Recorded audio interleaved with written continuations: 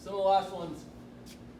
Successful farmers and ranchers spend more time working on their business than in it. I think that's huge. Most of us get too busy putting out fires to actually work on our business.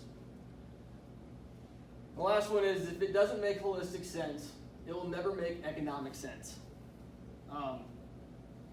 It might make sense for somebody to split apply nitrogen 5 times.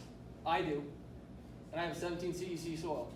But I've built the system with a feedlot and an employee base that I can do it. If you're a one-man band trying to cover 2,000 acres of farm ground, split applying a bunch of nitrogen is going to be a hell of a headache. Okay, especially if you do it 5 times. That's unsustainable if it affects your home life. Don't make any changes that will have repercussions in your personal lives.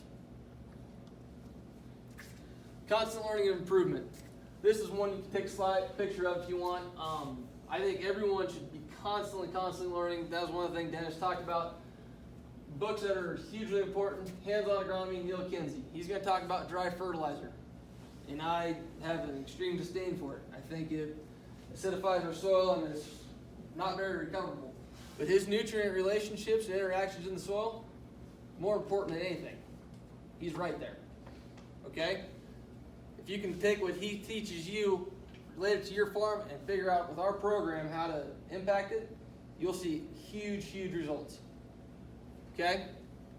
One thing with that though, nutrient relationships.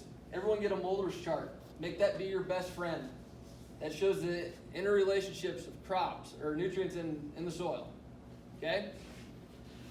Just because you have a zinc deficiency doesn't mean you're short on zinc. It's probably because you're high on phosphorus. Okay, that's what the Mulder's chart does. Other books though, Dirt to Soil, Gabe Brown. I highly recommend that. The 80-20 Principle and Rich Dad Poor Dad.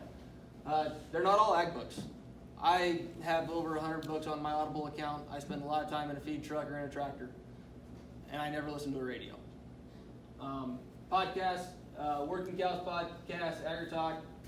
You can see them up there. The big one is training and seminars. I think every farmer should spend at least $10 an acre on improving themselves. Minimum. Without question. For us, that's $80,000. We don't hit that level, but I wish we would. Some of the big ones, DCI Next Level. That's Dowdy Crop Innovators. I'm part of that group. That's a pretty interesting way of thinking. Holistic management training with Alan Savory. Ranching for profit, especially if you're in the cow-calf industry. I highly recommend that one. That one plays on both sides, and that's mostly about business.